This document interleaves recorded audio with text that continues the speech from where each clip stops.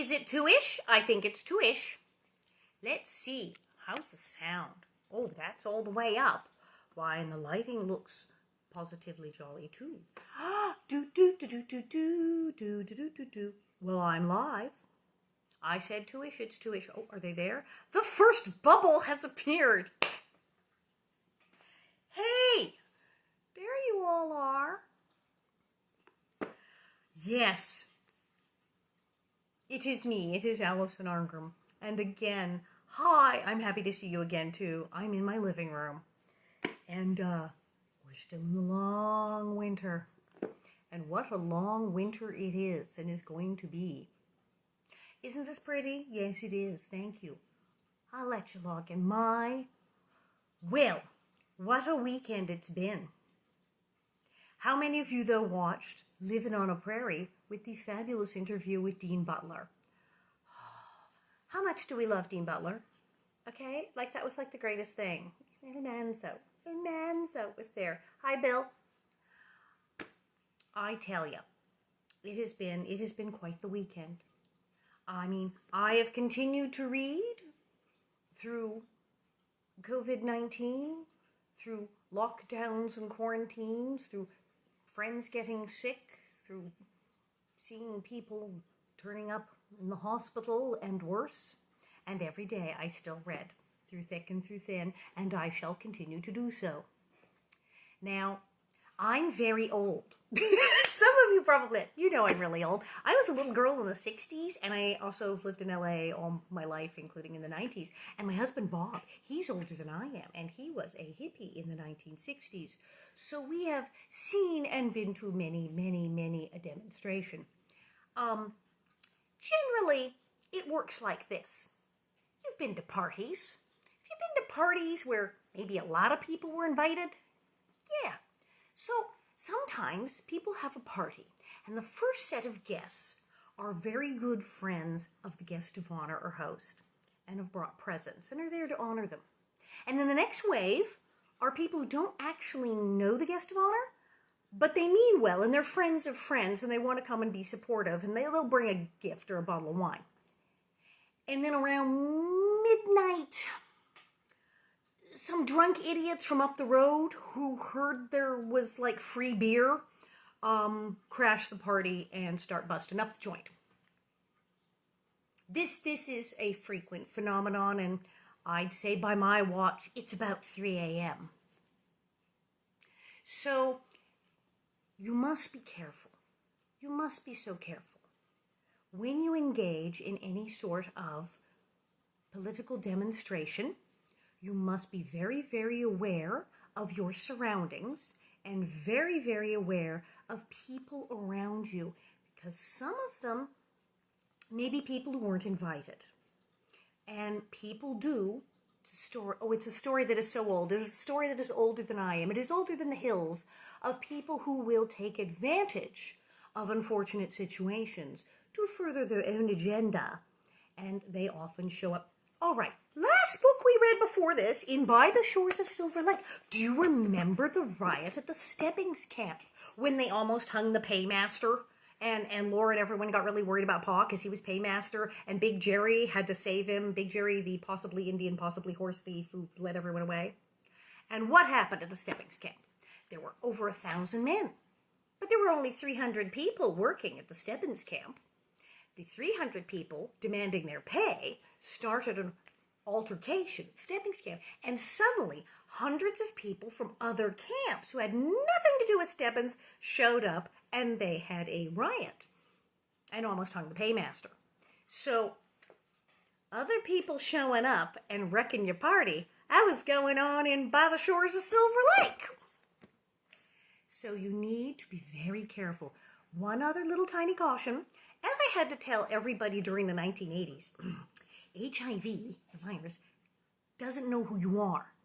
The virus doesn't know what color you are or what political party you're in. The virus only knows there's a warm body that it can infect and kill. And right now, the virus only knows that there's a whole bunch of people, warm bodies, standing really close together for really long periods of time. And that won't end well. So I'm saying you must be careful. You must be prudent and cautious. And you must be very aware of your surroundings. And please, please, please be careful. And please take care of each other. And as I said, go back and watch The Wisdom of Solomon. And if we all start treating each other with the appropriate level of love and respect, then this sort of thing won't have to happen. Well, it seems to be about every 30 years in LA at any rate. Please, please take care of each other. And be very, very careful. And keep your little bonnet-headed eyes open. Don't wear your bonnet like this. Wear it like this. Just saying. And now, the adventures again of the Ingalls, who do almost die every chapter. They survived malaria, and they survived scarlet fever, and several fires. Oh, and then there was several blizzards, and near starvation, and they almost froze to death. Oh, there was a flood. And now, they're about to freeze to death again. But at least Pa this time has listened to both the muskrats and the Indians. Because Pa is smart. He didn't have the sense of a muskrat at first. He has realized to pay attention to things around him, like the weather and the muskrats and the message of the local Native American. Hence, they are moving into town where it's safe. Settled in town. Pa's store building was one of the best in town. Oh, it sounds like the Olesons. My store is the best store at all of Walnut Grove. It stood by itself on the east side of Main Street. Its false front was tall and square-cornered, with one upstairs window in it. Downstairs, there were 2 windows with the front door between them. You know, if you go to DeSmet, South Dakota, they have a lot of this stuff. There's art. They can say this, and this is where the store was, and this is where it's pretty cool. Oh, very good. Pa did not stop the loaded wagon there, though. He turned the corner to 2nd Street. There was only a road, and drove in behind the store to its lean-to door. There was a good wooden stable with one haystack already beside it, and beyond them on 2nd Street, Laura saw a house newly built of fresh boards.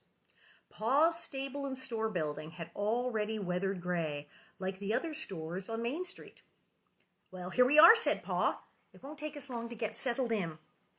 He untied Ellen the cow and her big calf from behind the wagon, and Laura led them to their stalls in the stable, while Pa unloaded the wagon.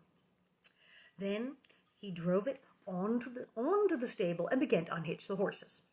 The lean-to's inside door opened under the stairs that went up from the back room. The narrow back room would be the kitchen, of course, and it had a window in its other end looking out across the road that was 2nd Street and on across vacant lots to the side of a little vacant store. Farther over the prairie to the northeast, Laura could see the 2-story depot. Ma stood in the bare front room looking at it and thinking where to put all their things. In the big empty room stood a coal heater and a shiny boughten desk and boughten chair. Boughten furniture, not made. "Why, where did that desk and chair come from?" Laura exclaimed. "They're Pa's," said Ma. "Judge Carroll's new partner has a desk, so Judge Carroll let Pa have his old desk and chair and the coal heater for part of the rent." The desk had drawers and a top with pigeonholes under a marvelous flexible cover made of narrow slats of wood that could be pulled, curving down, or pushed up again. When it was pushed up, it disappeared. Laura has just discovered a roll-top desk. Yes, it's the roll-top desk. The thing you pull down has little... It's quite common, but yes, Laura, you know. That poor Laura, she just... Well, at least she knows more than 12 people now, so she's getting there. "We'll put the rocking chairs by the other window," Ma went on. "Then Mary'll have the sunshine all afternoon, and I can see to read to us until sundown. We'll do that the first thing, Mary, so you can settle down and keep Grace out of our way." Ma and Laura set the rocking chairs by the window. Then they edged the table through the doorways and put it between the coal heater and the door to the kitchen.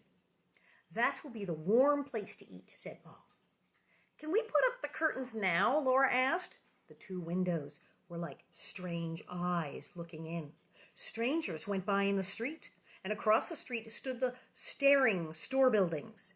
Fuller's Hardware was there, with the drugstore beside it, and Power's Tailor Shop, and Loftus Groceries, dry goods, and general merchandise. Power, though, I think that's Minnie Power's family. There's a Minnie Powers, and that's like her big friend, but I guess not yet. And Laura is freaking out, because Laura is borderline like social anxiety disorder, agoraphobia. So Laura's kind of freaked out by being in the city and having all these people, and they're staring in the windows. So they're hanging curtains. They're hanging curtains. Laura does not like the big city life. No, sir. Well, even after she wrote the books and all that, she was in, Missouri. She wound up way out in the boonies there in Mansfield, Missouri. She could have lived in town. She could have lived in New York if she wanted to, but no sirree, not for her. Yes, the sooner the better, said Ma. She unpacked the muslin curtains, and she and Laura put them up. A wagon went by while they did it, and suddenly 5 or 6 boys came down 2nd Street, and after a moment as many girls. School's out for the day, said Ma. You and Carrie'll be going to school tomorrow. Her voice was glad. Laura did not say anything. No one knew how she dreaded meeting strangers. No one knew of the fluttering in her breast and the gone feeling in her stomach. The gone feeling. Just, the gone feeling in her stomach. You ever had that? I totally have. When she had to meet them, she didn't like town. She didn't want to go to school. It was so unfair that she had to go. Mary wanted to be a school teacher, but she couldn't because she was blind. Laura didn't want to teach, but she must do it to please Ma. Probably all her life she must go among strange people and teach strange children. She would always be scared, and she must never show it. Oh. You ever been shy? You ever just been freaked out by large groups of strangers? I know, right? And I know everyone goes, ha, ha, ha, ha, ha. No, you, Alison, you're the lady on the stage with thousands of people going, la, la, la, la. Yes, but it used to just give me the willies. Just, yes, having to go into a place and speak to complete strangers. It's like, oh, God. But yes, it can be beat. But I understand, yes, I know how Laura feels. Ugh. No, Pa had said she must never be afraid, and she would not be. She would be brave if it killed her. But even if she could get over being afraid, she could not like strange people. She knew how animals would act. She understood what animals thought. But you could never be sure about people.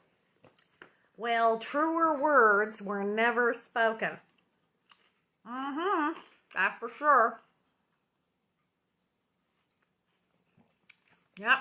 People say, more I know about people, the better I like my dog. Anyway, the curtains at the windows kept the strangers from looking in. Carrie had set the plain chairs around the table. The floor was bright, clean pine boards, and the large room looked very pleasant when Laura and Ma had laid a braided rug before each door. Pa was setting up the cook stove in the kitchen. When he had put the stovepipe together straight and solid, he brought in the dry goods box cupboard and set it against the wall on the other side of the doorway. There, he said, the stove and the cupboard will both be handy to the table in the other room. Yes, Charles, that's well thought out, Ma praised him. Now when we get the beds upstairs, we'll soon be through. See, Charles actually did something that was well thought out, and Ma was so excited. She'd go, Charles, that was well thought out, because Charles is not good with the thinking ahead thing. I mean, the muskrat. The muskrat had to tell him it was winter. Just saying. Pa handed up the pieces of the bedsteads, while Ma and Laura drew them through the trap door at the top of the stairs. He crowded the fat feather beds through, and the blankets and the quilts and the pillows, and then he and Carrie went to fill the straw ticks from the haystack.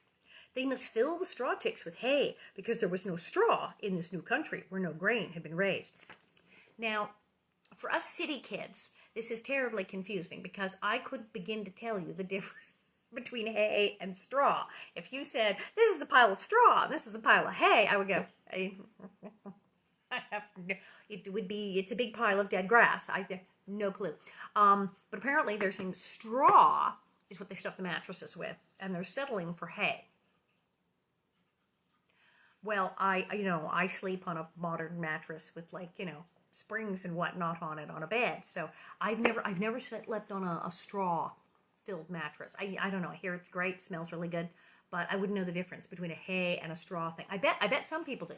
I bet some of you out there have done some little house in the prairie style camping and like slept on a straw bed. I no clue. Well, so straw versus hay, okie dokie. Under the attic roof, a building paper partition made 2 rooms. Oh, they had the big building, like almost like the tar paper. One had a window to the west and one to the east. From the eastern window at the top of the stairs, Ma and Laura could see the far skyline and the prairie, the new house and the stable, Pa and Carrie busily stuffing hay into the straw sticks.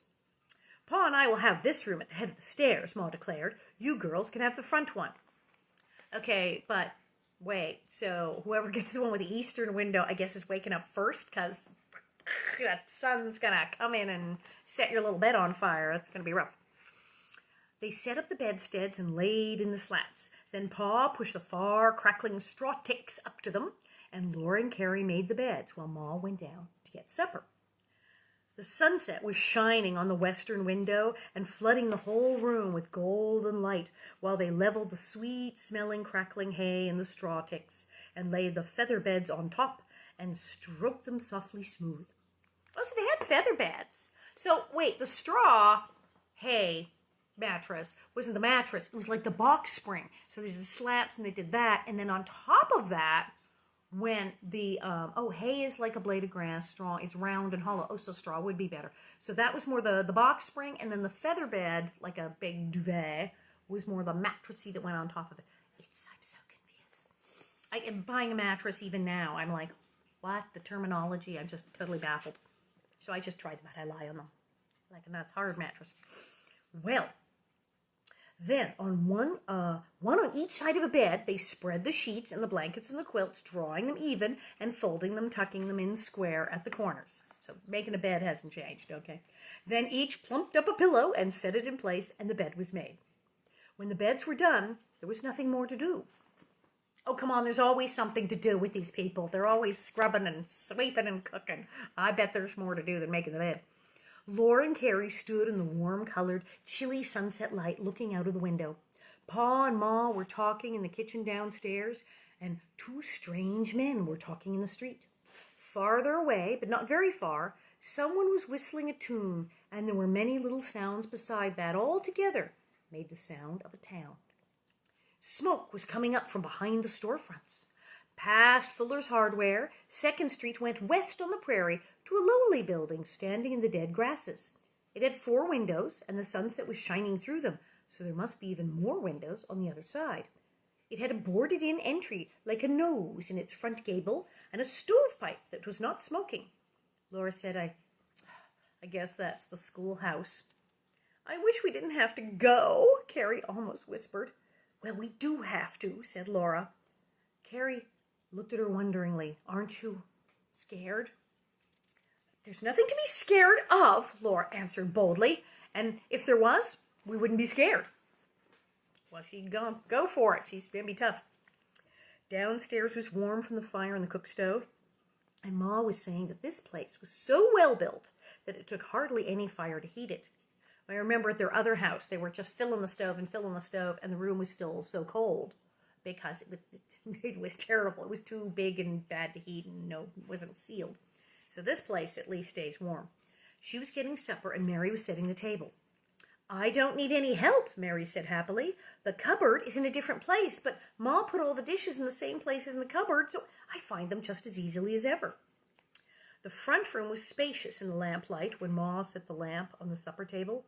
The creamy curtains, the varnished yellow desk and chair, the cushions in the rocking chairs, the rag rugs and the red tablecloth, and the pine color of the floor and walls and ceiling were gay. The floor and walls were so solid that not the smallest cold draft could come in. Good idea. I wish we had a place like this out on the claim, Laura said. I'm glad we have it in town where you girls can go to school this winter, said Ma. You couldn't walk in for the claim every day, even if the weather was bad. It's a satisfaction to me to be where we're sure of getting coal and supplies, Pa declared. Coal beats brushwood all hollow for getting steady heat. Well, that's true. Of course, they didn't really have gas-heated and electric-heated homes yet, so I guess he thought that was pretty good. We'll keep enough coal in the lean-to outlast any blizzard, and I can always get more from the lumber yard. Living in town, we're in no danger of running short of any kind of supplies. How many people are there in town now? Ma asked him. Pa counted up 14 business buildings and the depot, and then Sherwood's and Garland's and Owen's houses. That's 18 families, not counting 3 or 4 shacks on the back streets. Then the Wilder boys are batchin' in the feed store. They're batchin', they're bachelors, they're batchin' it. Batchin' in the feed store, and there's a man named Foster moved in with his ox team and staying at Sherwood's. Count 'em all, there must be as many as 75 or 80 people living here in town. And to think there wasn't a soul here this time last fall, said Ma. Then she smiled at Pa. I'm glad you see some good at last, Charles, in staying in a settled place. Ma's all for town. She's like, yay, town and their school, yay. Pa had to admit that he did, but he said, on the other hand, all this costs money, and that's scarcer than hen's teeth. Scarcer than hen's teeth. I remember that's a really old expression. My grandmother said stuff like that. Scarcer than hen's teeth. Well, hens don't have any teeth. Oh, right, duh. There you go. Mm-hmm. But that's true. There's not a lot. The city is safer than out where he was in the country when there's a blizzard, but things are more expensive. So there is that. The railroad's the only place a man can get $1 for a day's work, and it's not hiring anybody. And the only hunting left around here is jackrabbits. Oregon's the place to be. Oregon's the place to be nowadays. The country out there will settle up too pretty soon. Yes, but now is the time for the girls to be getting some schooling, Ma said firmly. See, he's ready to go to Oregon, and that was like a thing to go to Oregon. You know, the Olesons, well, not the Olesons, the Owens, the real people that the Olesons are based on, they went to Oregon. They did. They wound up in Oregon. And if you go to Forest Grove, Oregon, just outside of Portland, gorgeous place. There is a Forest Grove cemetery, very nice place. And there is William Owens, who's Nels Oleson, became Nels Oleson, and Nellie Owens Curry, because she married a Henry Curry, and it's Nellie's grave. And next to her is Willie, but Mrs. Owens isn't there. So I don't know if she outlived them all, or she died much, much earlier and is buried somewhere else. But you can visit the Owens graves at Forest Grove Cemetery just outside Portland, because they went to Oregon. So, just saying. Alrighty, so Oregon's a place to be. And she said, they got to go to school. And I guess he concedes that, because then the chapter just like ends there. She goes, let's go to school. And Pa goes, no. Yeah, someone just said, I lived in Oregon. Oregon's very pretty. I've been to Oregon several times. Lovely place. Now, Cap Garland. Now, this Cap Garland guy is very interesting. He's very good looking. It's all blonde hair and whatnot. And there's some sort of inference that the girls think he's popular and that Laura kind of likes him. And he's kind of flirty and outgoing. So she could have easily wound up dating Cap Garland. There's a thing going on there. But then Almanzo shows up and, well, if you saw the interview with Dean Butler, how could you resist? How cute is he? Did you see the interview with Dean Butler today that was just before this? Oh man. He's still Almanzo. He's still like the cutest thing. And he has a store on eBay called Call Me Manly. It's great. So, Cap Garland, who is also very good looking. Laura did not sleep very well. All night it seemed she knew the town was close around her and that she must go to school in the morning. She was heavy with dread when she woke and heard steps going by in the street below and strange men speaking. The town was waking up too. The storekeepers were opening their stores. The walls of the house kept strangers outside, but Laura and Carrie were heavy-hearted because they must go out of the house and meet strangers. And Mary was sad because she could not go to school. Oh, she wanted to go out and meet people, right? Now, Laura and Carrie, there's no cause to worry, Ma said. I'm sure you can keep up with your chores, with your classes. Oh, keep up with their class. They're not worried about the classes. They can do the homework. They don't want to have to go sit in a room with a bunch of people they don't know. They are scared. They're shy. It's terrible. They looked at Ma in surprise. She had taught them so well at home, they knew they could keep up with their classes. They were not worried about that. But they only said, "Yes, Ma." They hurried up to wash the dishes and make their bed, and hurriedly Laura swept the bedroom floor. Then they dressed carefully in their woolen winter dresses and nervously combed their hair and braided it. They tied on their Sunday hair ribbons. With the steel button hook, they buttoned their shoes. Ugh. Have you ever had to use a button hook to button things? It's very... No. Button hooks were like huge, like even into like the 30s, and even the time this book came out. Button hook. Now nobody's like, what is a button hook? Button hooks were huge. That's where you have to button your shoes, and you even had to button your clothes sometimes with a button hook. And when my Auntie Marion took me to the set, my Auntie Marion, wonderful. She took me to the set, and she would be dressing me in the dressing room. She was my guardian on the set, and I had all these hooks and eyes and buttons and things. There was no zip. They didn't even put zippers in the. So you should have said, "We'll never see him. We'll never see him. It's a TV show. We'll put fabric over it." But no, we did not have zippers. We had real like hook and eye and petticoats. So she's hooking all this stuff up and having a heck of a time. And the wardrobe lady says, "Oh, I have a button hook. You know, we've been using it on the shoes, but it's good for this." My Auntie Marion's like, "I used a button hook when I was a child. I never thought I would have to use a button hook ever again in my adulthood. Oh no, please tell me I'm not having to use a button hooks. Yuck." "Hurry up, girls," Ma called. "It's past 8 o'clock. At that moment, Carrie nervously jerked one of her shoe buttons off. Oh no, it fell and rolled and vanished down a crack of the floor. Oh, don't you hate that? Oops, I guess, yep. "Oh, it's gone," Carrie gasped. She was desperate. She could not go where strangers would see that gap in the row of black buttons that buttoned up her shoe. "We must take a button off one of Mary's shoes," Laura said. But Maud heard that button fall downstairs. She found it and sewed it on again and buttoned the shoe for Carrie. It's like, hey, you're not getting off that easy. Going to school. At last they were ready. "You look very nice," Ma said, smiling. They put on their coats and hoods and took their school books. They said goodbye to Ma and Mary, and they went on to Main Street. The stores were all open. Mr. Fuller and Mr. Bradley had finished sweeping out. They stood holding their brooms and looking at the morning. Carrie took hold of Laura's hand. It helped Laura to know that Carrie was even more scared than she was. Bravely, they crossed the wide Main Street and walked steadily on along 2nd Street. The sun was shining brightly. A tangle of dead weeds and grasses made shadows beside the wheel tracks. Their own long shadows went before them over many footprints in the paths.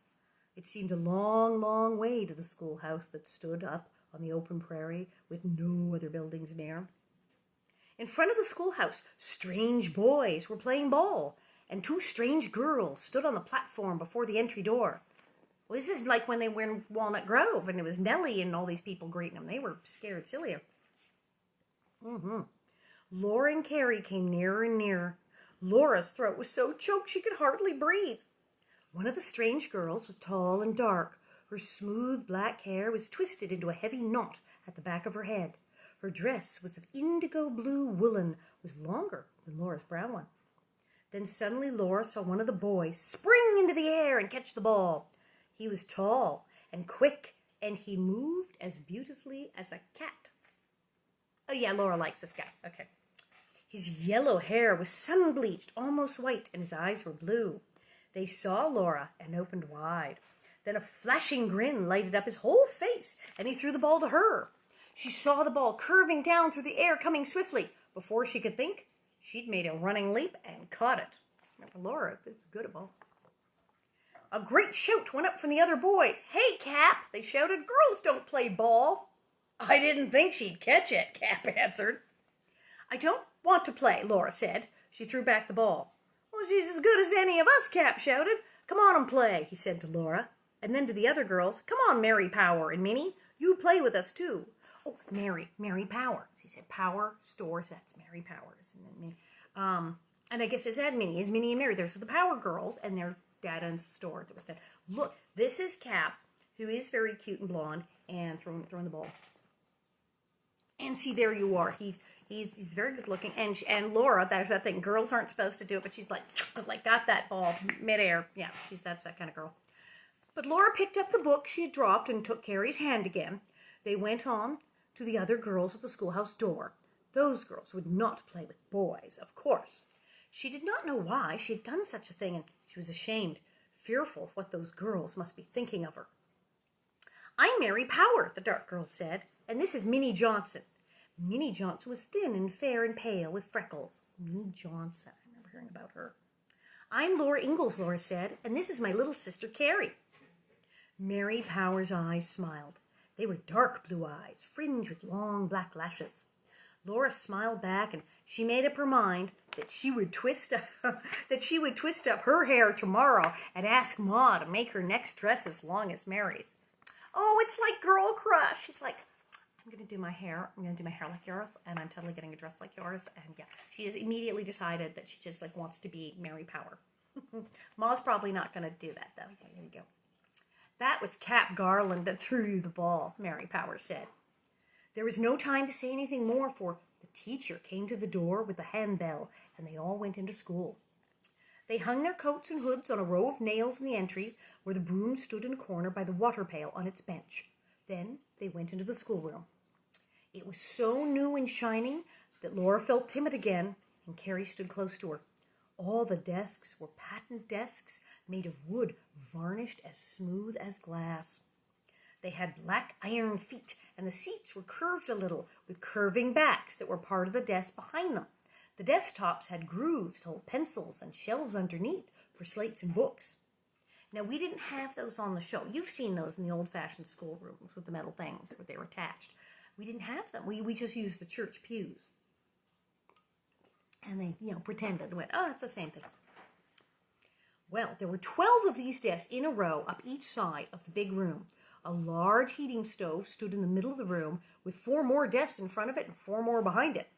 Almost all of those seats were empty. On the girls' side of the room, Mary Power and Minnie Johnson sat together in one of the back seats.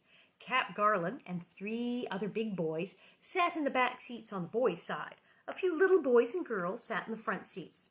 They had all been coming to school for a week now and knew where to sit. But Laura and Carrie did not. Now, do you notice in the books, in this one, and it was also in Walnut Grove, saying that anytime they went to school, and I think in Farmer Boys, well, there was the girls' side and the boys' side. They didn't sit together. They had the boys' side of the room and the girls' side of the room. And on the show, we didn't even do that. We had boys and girls sitting together. I was sitting next to Willie until I shoved him off of his bench. And we had the boys and the girls sat together. Laura sat with Albert many times. And they let the boys and girls sit together, which was not a thing generally in the 1800s. You see boys' side, girls' side, every time school is mentioned, they are divided. And sometimes they used to have different entrances. I think in one of the schools, maybe it was in Farmers Boy, they had different entrances. In France, where I've been frequently, when I was in France, there's a school across from a friend's house where I stay, and it's a very, very, very, very old building. And now, the boys and girls all go through the same door, and nobody cares. But it's so old, there's 2 doors at opposite ends of the building, and one is the boys' entrance and one is the girls' entrance. Because it's so old, it's back then, they did that. And they don't now, but boys and girls did not sit together until very, very late. So there you are. The teacher said to them, "You're new, aren't you?" She was a smiling young lady with curled bangs.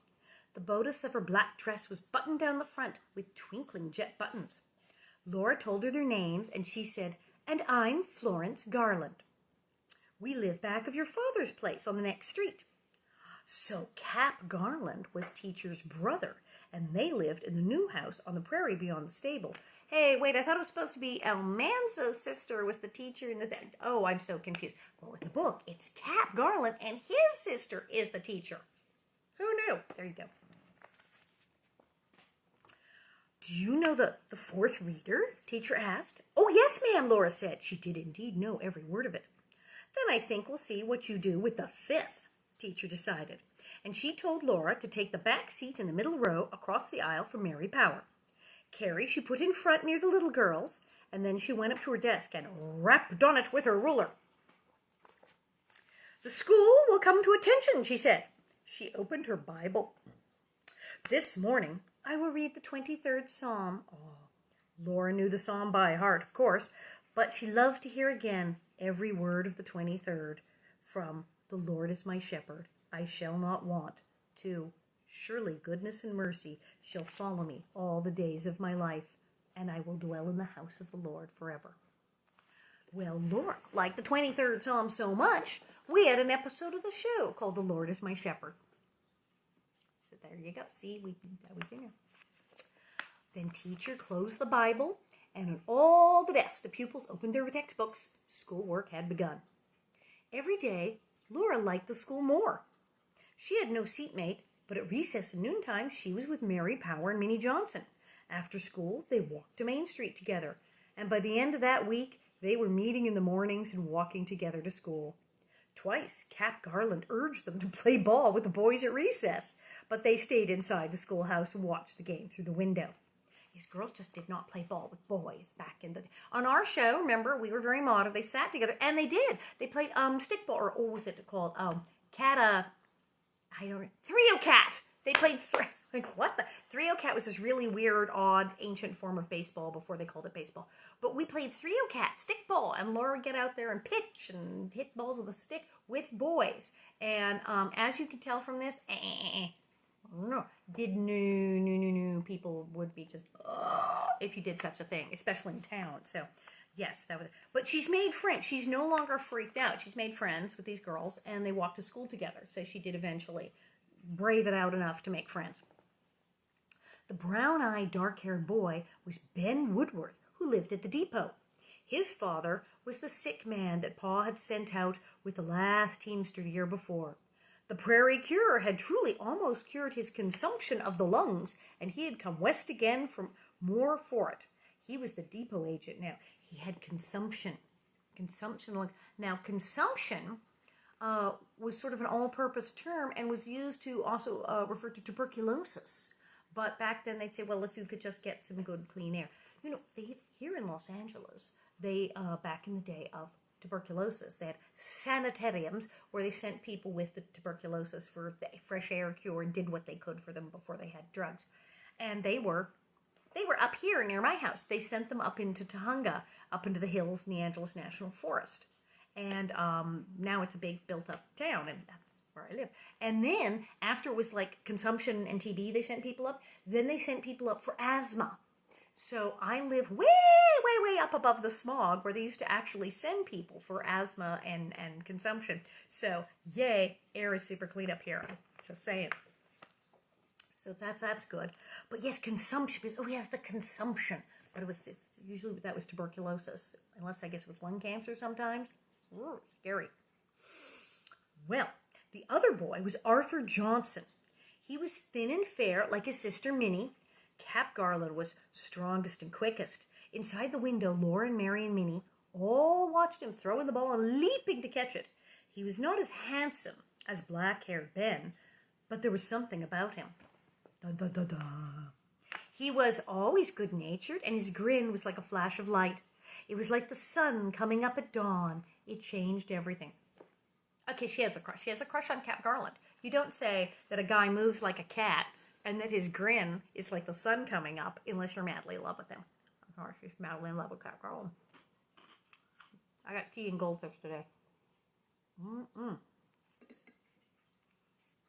Mary Power and Minnie had gone to schools in the East, but Laura found it easy to keep up with them in their lessons. Cap Garland was from the East, too, but even in arithmetic, he could not beat Laura. Well, their mom was a good teacher. It's interesting, they say the East. They never say where. Do they mean Boston? Do they mean New York? I don't know. Every night after supper, she put her books and her slate on the red checkered tablecloth and lamplight, and she studied next day's lessons with Mary. She read the arithmetic problems aloud, and Mary did them in her head while she worked them on the slate. She read the history lesson and the geography to Mary until both of them could answer every question. Oh, I wish she was around when I was... I needed help with the geography and the history. We have MapQuest now. If ever Pa could get money enough to send Mary to college for the blind, Mary must be ready to go. And even if I never can go to college, Mary said, I am learning as much as I can. Now, see, that's the attitude. And she did go to college for the blind, a very good one. But that is the thing. If you're saying, well, I don't know if I'm going to get to college, read the books anyway. Learn anyway. Then you'll be ready to go. And if you don't go, hey, you'll be smart. Mary and Laura and Carrie were all enjoying school so much that they were sorry when Saturday and Sunday interrupted it. Wow, they really liked school. I did not like school enough that I was like bummed out that it was the weekend. I was like, yay, yay, yay weekend. They looked forward to Monday. But when Monday came, Laura was cross because her red flannel underwear was so hot and scratchy. Well, yeah, flannel underwear. Ow. I'm going ow right now, just thinking about it. It made her back itch, and her neck, and her wrists. And where it was folded around her ankles, under her stockings and shoe tops, the red flannel almost drove her crazy. Can you imagine wearing red flannel all the way from your ankles, like to your wrists? Oh, man. I go out of my mind. At noon, she begged Ma to let her change to cooler underthings. "It's not too hot for my red flannels, Ma," she protested. "It's too hot for my red flannels, Ma," because it is dead of winter, so she's put the winter underwear on her, which was really uncomfortable. And unless it was freezing, you would just be, so she's like, "No, I know the weather's turned warm," Ma answered gently, "but this is the time of year to wear flannels, and you would catch cold if you took them off." Laura went crossly back to school and sat squirming because she must not scratch. She held the flat geography open before her, but she wasn't studying. She was trying to bear the itching flannels and wanting to get home where she could scratch. The sunshine from the western windows had never called so slowly. Suddenly, there was no sunshine. It went out, as if someone had blown out the sun like a lamp. The outdoors was gray, the window panes were gray, and at the same moment a wind crashed against the schoolhouse, rattling windows and doors and shaking the walls. Eek! Miss Garland started up from her chair. One of the little Beardsley girls screamed, and Carrie turned white. Laura thought, it happened this way on Plum Creek, the Christmas when Pa was lost. Her whole heart hoped and prayed that Pa was safe at home now. Teacher and all the others were staring at the windows where nothing but grayness could be seen. They all looked frightened. Then Miss Garland said, "It is only a storm, children. Go on with your lessons." Man, that came up sudden. They do. So recently, we were doing a Zoom meeting, me and several people from the cast of Little House, Dean and everybody, with Pamela Bob, the wonderful woman who did the Living on a Prairie thing. We had a Zoom meeting, but Pamela Bob's in New York. And they had a hailstorm. And I mean, we were talking 1 minute, and literally she said, "Is the sky getting dark?" It just, the sky went black where she was, and all of a sudden, like, the Wi-Fi didn't work, and everything, like, went all ass over tea kettle, and it was a mess. And it was like that. The sky went black, and they had a giant hailstorm. So it happens. It still can happen. Be sitting there 1 minute in the winter and go, like, what? And the sky goes black. That's pretty scary. The blizzard was scouring against the walls, and the wind squealed and moaned in the stovepipe. All the heads bent over the books, as teacher had told them to do, but Laura was trying to think how to get home. The schoolhouse was a long way from Main Street, and there was nothing to guide them. All the others had come from the east that summer. They had never seen a prairie blizzard. But Laura and Carrie knew what it was. Carrie's head was bowed limply above her book, and the back of it, with the white parting between the braids of fine soft hair, looked small and helpless and frightened. There was only a little fuel at the schoolhouse. The school board was buying coal, but only one load had been delivered. Laura thought they might outlive the storm in the schoolhouse, but they could not do it without burning all of the costly patent desks. These people are always ready to just cut up the furniture and start burning it. They're ready to go. Without lifting her head, Laura looked up at teacher. Miss Garland was thinking and biting her lip. She knew. She could not decide whether to dismiss school because of the storm, but this storm frightened her. I ought to tell her what to do, Laura thought. But she could not think what to do. It was not safe to leave the schoolhouse, and it was not safe to stay there. Even the 12 patent desks might not last long enough to keep them warm until the blizzard entered. Let me guess, is she going to think about those kids freezing to death again? She thought of her wraps and Carrie's in the entry. Whatever happened, she must somehow keep Carrie warm. Already the cold was coming in. And she remembers that story that Pa told her back in Walnut Grove about the children whose parents went to town and got caught in a blizzard coming home. And the children cut up all the furniture and put it in the fireplace, and it still wasn't enough, and they froze to death. Laura is already counting the desks and calculating how long it would keep the school children from freezing to death. That's terrifying. Can you imagine living like that, where you're in a situation where you literally go, no, that's about 3 days worth, trying to figure out how long before you would freeze to death, and you actually know. It's kind of alarming. There was a hard thumping in the entry. Every pupil started and looked at the door. It opened, and a man stumbled in. He was bundled in overcoat and cap and muffler, all solid white with snow, driven into the woolen cloth. They could not see who he was till he pulled down the stiffened muffler. I came out to get you, he told teacher.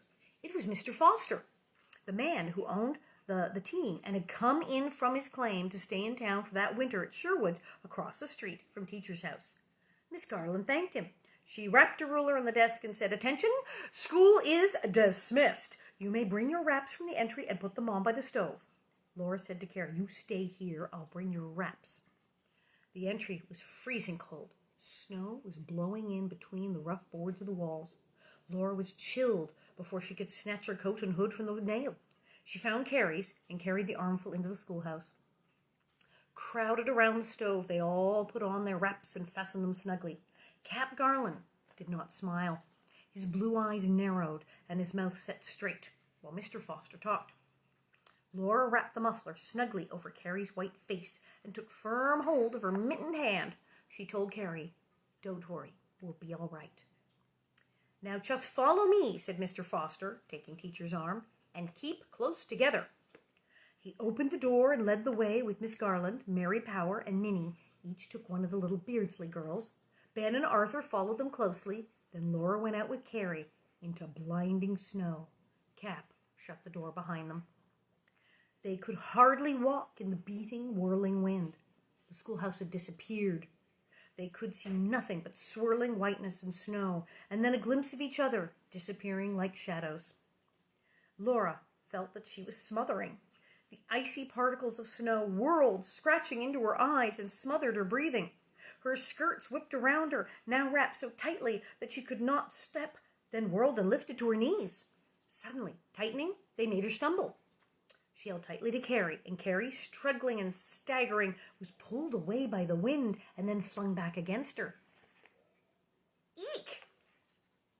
We can't go on this way, Laura thought, but they had to. She was all alone in the confusion of whirling winds and snow, except for Carrie's hand that she must never let go. The winds struck her this way and that. She could not see nor breathe. She stumbled and was falling. Then suddenly she seemed to be lifted, and Carrie bumped against her. She tried to think. The others must be somewhere ahead. She must walk faster and keep up with them, or she and Carrie would be lost. If they were lost on the prairie, they would freeze to death. Hey, isn't this like the episode where Miss Beadle is teaching school and there's that terrible sudden blizzard and Miss Beadle says, okay, I got to let the kids go. And even though they're like, we Olesons were like across the street, so we made it. And she sent the kids out to walk home and they wind up getting caught in the snow and have to hide in a shack. Or as Charlotte Stewart calls it, Miss Beadle kills the kids again. See, there you go. This poor Miss Garland said, well, we got to send them home, but it's a blizzard. So now they're stuck. And if they'd stayed in the schoolhouse, exactly, that wouldn't have worked either. So they're taking their chance. They're not very far from town. She just described how she can see the schoolhouse. She goes out her front door. She can see the schoolhouse at the end of the road.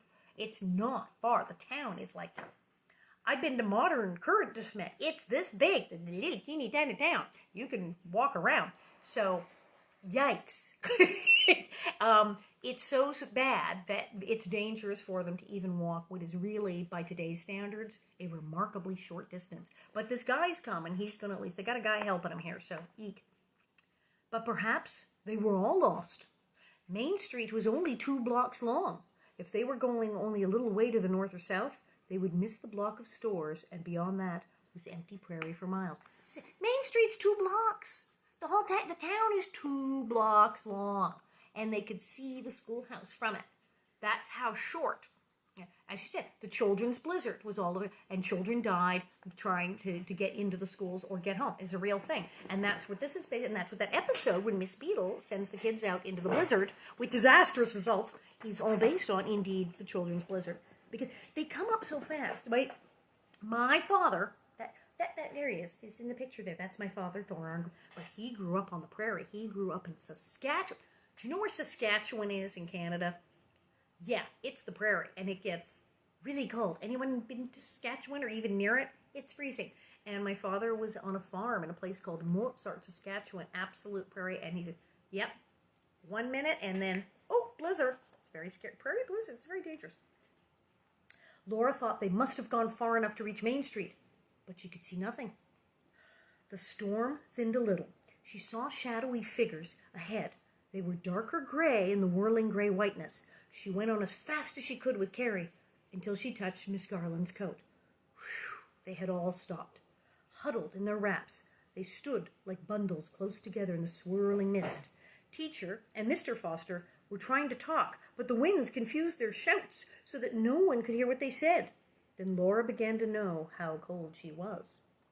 Her mittened hand was so numb that it hardly felt Carrie's hand. She was shaking all over, and deep inside her there was a shaking that she could not stop. Only in her very middle there was a solid knot that ached, and her shaking pulled this knot tighter, so the ache grew worse. So, freezing and traumatized. So she didn't like being in crowds of strangers, and now she's in a crowd of strangers in the snow. So she's having a massive panic attack, anxiety attack, and is freezing. So it's not good. It's not a good combination. She knows she's in big trouble. She was frightened about Carrie. The cold hurt too much. Carrie could not stand it. Carrie was so little and thin. She had always been delicate. She could not stand such cold much longer. They must reach shelter soon. Carrie is always talked about it being frail. But she actually went on and got married and lived a full life and seemed quite hardy as she got older. But when she was little, she was a very frail little thing. Mr. Foster and Teacher were moving again, going a little to the left. All the others stirred and hurried to follow them. Laura took hold of Carrie with her other hand that she'd had in her coat pocket and was not quite as numb, and then suddenly she saw a shadow go by them. She knew it was Cap Garland. He was not following the others to the left. With hands in pockets and head bent, he went trudging straight ahead into the storm. A fury of winds thickened the air with snow, and he vanished. Yikes. Laura did not dare follow him. She must take care of Carrie, and Teacher told them to follow her. She was sure that Cap was going toward Main Street, but perhaps she was mistaken, and she could not take Carrie away from the others. And it is better. They're in a group. They're staying in a group. It's like a horror movie. You don't want to split up and say, hey, I'll go up in the attic and see if the monster's up there. And you want to stay in a group. I mean, better chances, really. That's terrible. She kept tight hold of Carrie and hurried to follow Mr. Foster and Teacher as fast as she could. Her chest sobbed for air, and her eyes strained open in the icy snow particles that hurt them like sand. Carrie struggled bravely, stumbling and flopping, doing her best to stay on her feet and keep going. Carrie could hardly stay on her feet when it isn't a freezing blizzard. Only for instants, when the snow whirl was thinner, could they glimpse the shadows moving ahead of them. Laura felt that they were going in the wrong direction.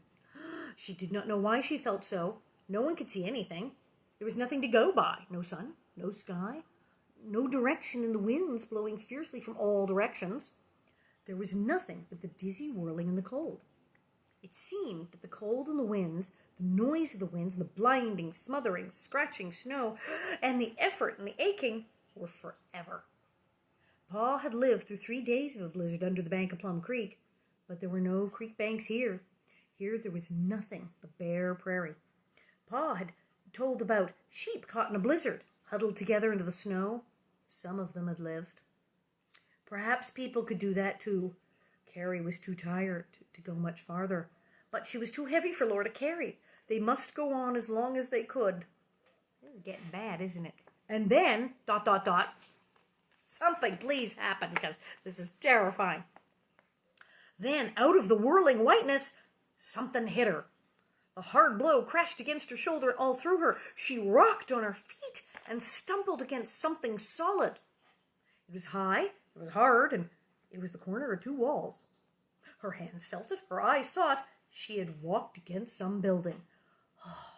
With all her might she yelled, "Here, come here, here's a house."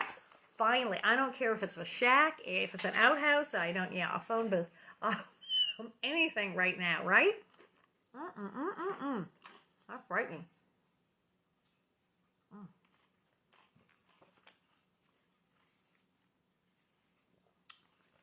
all around the houses. The winds were howling, so that at first no one heard her. She pulled the icy stiff muffler from her mouth and screamed into the blinding storm.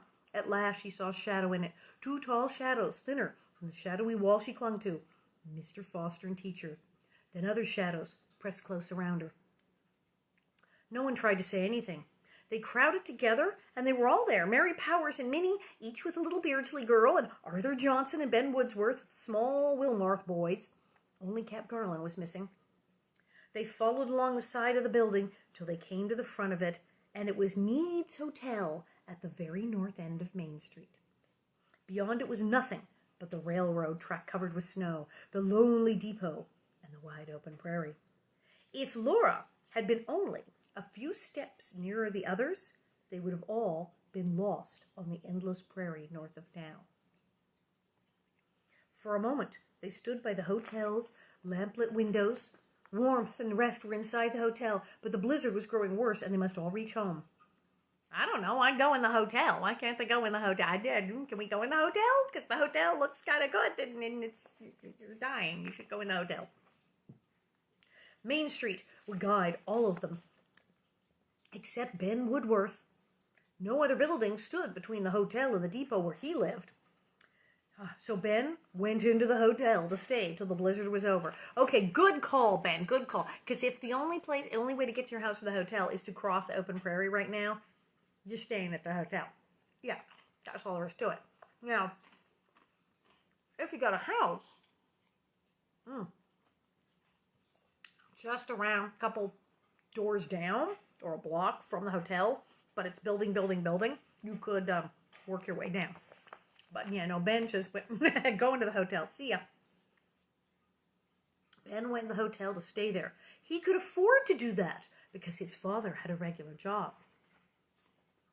Well, are they insinuating that indeed that the hotel would charge a school-aged child to stay there when there's a blizzard outside, and if he doesn't come in, he'll die? The hotel, I do. Are they opportuning? Are they gouging? Are they opportuning upon these people who are stuck in a blizzard? Now, here in California, we have the earthquakes, and sometimes there have been stores that wanted to charge bazillions of dollars for cases of water and for supplies, and they arrest them for that. When there's a disaster, you have to help everybody out. I do believe that hotel owner needs to have a talk with Paul Ingalls. Going to charge children for staying at the hotel during a blizzard? I would hope not. Minnie and Arthur Johnson, taking the little Wilmarth boys, had only to cross Main Street to Wilmarth's grocery store, and their home was beside it. They just got to get across the street. They could probably do it. There's 4 of them. The others went down on Main Street, keeping close to the buildings. They passed the saloon. How many of us would say, I'm good, and just go into the saloon? I'm done. Oh, look, saloon. I might have just gone into the saloon. Maybe. They passed Royal Wilder's feed store, and then they passed Barker's grocery. The Beardsley Hotel was next, and then the little Beardsley girls went in. Well, now they've got a wall. There's a town. So if they're holding up against the thing, there's a solid wall, and they can work their way down, so they're not getting wind, at least from this side. Oh, now see, someone said if the hotel didn't charge, yes, Dawn was saying, if the hotel doesn't charge, the family would be beholden. And there you are. And Charity had quite the stigma, and it was like, oh dear. So he wouldn't, yes, you're right. His father would probably insist upon paying so that he would not be beholden to the hotel. I don't know, though. I'd let the little kid in for free if it's snowing. Good Lord. So they're going to make it. The little Beardsley girls made it in because they made it to the Beardsley store. The journey was almost ended now. They passed Kouse's hardware store, and then they crossed 2nd Street to Fuller's Hardware. Oh, you're really close now. Mary Power had only to pass the drugstore now. Her father's tailor shop stood next to it. Laura and Carrie and Teacher, Mr. Foster, had to cross Main Street now. It was a wide street. But if they missed Pa's house, the haystacks and the stable were still between them and the open prairie. Like a wall. There you go. They did not miss the house. I bet not. One of its lighted windows made a glow that Mr. Foster saw before he ran into it. He went on around the house corner with Teacher to go by the clothesline, the haystacks, and the stable to the Garland home. Laura and Carrie were safe at their own front door. Laura's hands fumbled at the doorknob, too stiff to turn. Pa opened the door and helped them in. Oh, I'm telling you, I was scaring the bejesus out of me. I'm a California girl. I've only been in a couple of blizzards and snowstorms. I have visited places where it snows. I was a baby in New York where it snowed. Mostly California, but I did dinner theater in Edmonton, Alberta in the winter. Yay, Canadians! Yeah. Alberta in Edmonton. Edmonton, Alberta. Okay, Alberta, a big hunk of Canada, very cold. Edmonton's like, you go past Edmonton, it's like polar bears. You will be in like Yukon territory, North Pole and stuff. You will absolutely freeze. And I was there in, the show ran from November through January. Like November 20th to January 20th. It was the Christmas show. It was this old dinner theater thing. Do you know how cold it is in Edmonton in December and January? And then they announced while we're there that it was the worst blizzard in how many years? 40 years, I believe. It was 40 below zero, both in Fahrenheit and Celsius. So yes, I did spend an entire winter in Edmonton, Alberta during one of their worst blizzards in decades. And it was terrifying. I was in a fancy hotel, and most of the time I was indoors and stayed there. But yikes, I cannot imagine having to go clumping about on the prairie in that kind of weather. I wouldn't have lasted 10 minutes. So thank heavens they get in. He was wearing overcoat and cap and muffler. He had set down the lighted lantern and dropped a coil of rope. I was just starting out after you, he said. Pa had the rope and the lantern. He was going to go. He was going to go all the way down to the schoolhouse and try to save them. Yikes. In the still house, Laura and Carrie stood taking deep breaths. It was so quiet. There, where the winds did not push and pull at them. They were still blinded, but the whirling icy snow had stopped hurting their eyes. Laura felt Ma's hands breaking away the icy muffler, and she said, "Is Carrie all right?" "Yes, Carrie's all right," said Pa. Ma took off Laura's hood and unbuttoned her coat and helped her pull it out of its sleeves. "These wraps are driven full of ice," said Ma said. They crackled when she shook them, and little drifts of whiteness sifted to the floor.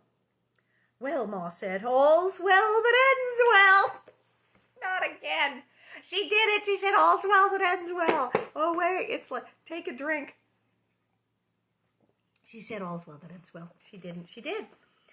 "All's well that ends well. You're not frostbitten. You can go into to the fire and get warm." Have you ever had frostbite? I have had frostbite. It's bad. It's very, very, very, very bad. Yes, don't get frostbite. If you possibly can avoid getting frostbite, really don't get frostbite. It's terrible. All's well that ends well. Laura could hardly move, but she stooped and with her fingers dug out the caked snow that the wind had driven in between her woolen stockings and the tops of her shoes. Yeah. Then she staggered toward the stove. "Take my place," Mary said, getting up from a rocking chair. "It's the warmest." Oh, Mary's being nice to her. Good. Laura sat stiffly down. She felt numb and stupid. She rubbed her eyes and saw a pink smear on her hand. Her eyelids were bleeding where the snow had scratched them. The sides of the coal heater glowed red hot, and she could feel the heat on her skin, but she was cold inside. The heat from the fire couldn't reach that cold. Pa sat close to the stove, holding Carrie on his knee. He'd taken off her shoes to make sure her feet were not frozen, and he held her wrapped in a shawl. The shawl shivered with Carrie shivering. "I can't get warm, Pa," she said. "You girls are chilled through. I'll have you a hot drink in a minute," said Ma, hurrying into the kitchen. She brought them each a steaming cup of ginger tea. Yes, that's what you need, a hot drink. You need a hot drink because you're frozen. You have to get all the cold cloth, you have to get all that off and then get warmed up, and then you have to have a hot drink. And not only could they get very sick, but like you're checking her, if she gets frostbite in her feet, it can cause permanent damage to your feet. And frostbite in the ankles, it can damage the skin, your ankles and your feet, and you may have trouble walking for quite some time, if not forever. It's 1800s, how much you could do. And hello, your eyelids are bleeding from the snow. That's going to cause some kind of permanent damage. That's not good at all. So luckily, yay, hot ginger tea. "My, that smells good," said Mary, and Grace leaned on Laura's knee, looking longingly at the cup till Laura gave her a sip. And Pa said, I don't know why. There's not enough of that to go around. Maybe there is, said Ma, going into the kitchen again. It was so wonderful to be there, safe at home, sheltered from the winds and the cold. Laura thought that this must be a little bit like heaven, where the weary are at rest. She could not imagine that heaven was better than being where she was, slowly growing warm and comfortable, sipping the hot, sweet ginger tea, seeing Ma and Grace and Pa and Carrie and Mary all enjoying their own cups of it, and hearing the storm that could not touch them here. I'm glad you didn't have to come for us, Pa, Laura said drowsily. I was hoping you were safe. So was I, Carrie told Pa, snuggling against him. I remembered that Christmas on Plum Creek when you didn't get home. I did too, Pa said grimly.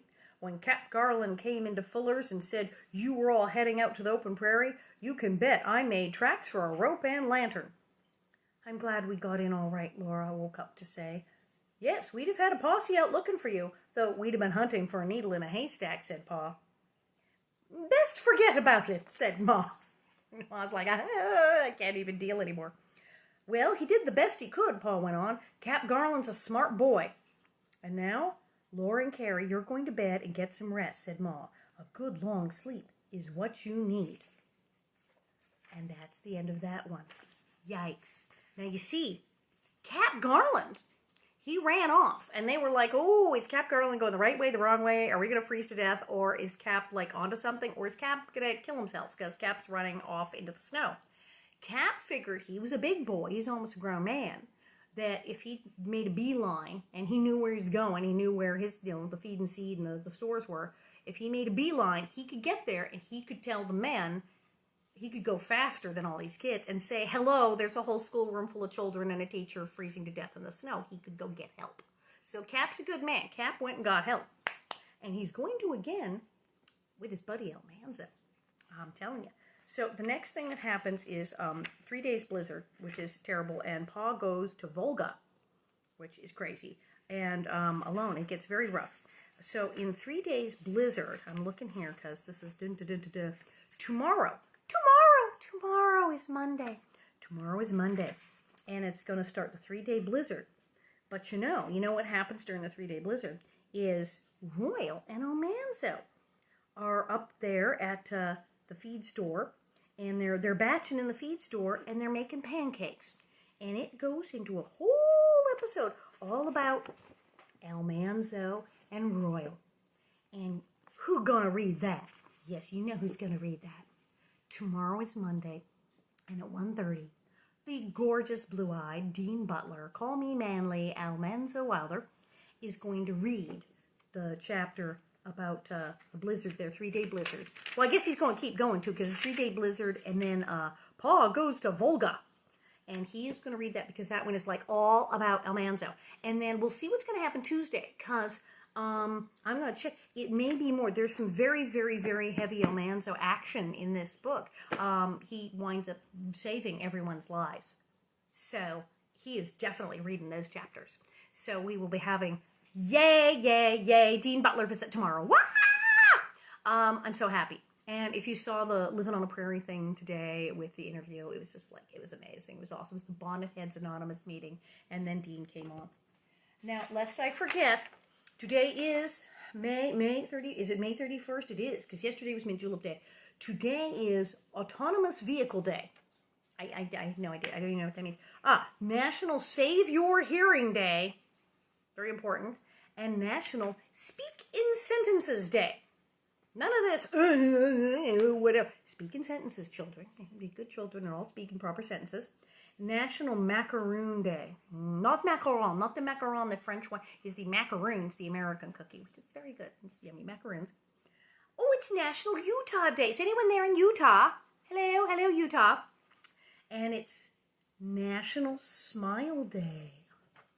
It's always National Smile Day here. Oh, Necrotizing Fasciitis Awareness Day. Ooh, you don't want to get necrotizing fasciitis. Isn't that like flesh-eating bacteria? Oh, we have a whole day for... Well, you want to watch out for that.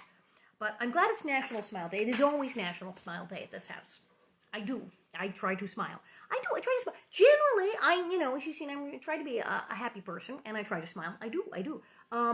And even when it's not a good day, even when scary, scary, terrible things are happening, I try to be brave, and I try to smile, and I try to keep other people safe and do what I can. And that's what we can do. So please, everyone, please take care, and please stay safe. Do be careful. Pay attention to your local news. If you have to check, there's sometimes your local fire department or local police department may have something on Twitter or on Facebook. You can check and see what's going on. And your local city council, whatever, you can check on Twitter and stuff and get your local reports so that you can remain safe and know what's happening. As I said, keep your little bonnet head eyes open. I said you must be very careful, because even what may be a wonderful, beautiful demonstration of our American right to speak out and our freedom of assembly, and what might indeed be a demonstration about a very, very, very just cause, people who are not very nice and like to take advantage of unfortunate situations to further their agenda do tend to show up at these things, and it can get very, very, very dangerous very, very quickly. So please, please be very aware of your surroundings and be very, very, very, very careful. And remember that nasty old COVID-19 don't care. Nasty old COVID-19 also will take advantage of the situation, and if large numbers of people, especially people getting indoors, staying outdoors is good, getting too close together, very, very dangerous. So again, please, please be careful and be very aware of your surroundings, and be kind to one another and take care of each other. And yes, wash your hands. I keep saying wash your hands. I'm going to keep saying wash your hands. Really, wash your hands. All right. Now tomorrow you get Dean Butler Almanzo, and you betcha, no matter what happens, we are going to keep reading Little House on the Prairie every single day. See you tomorrow.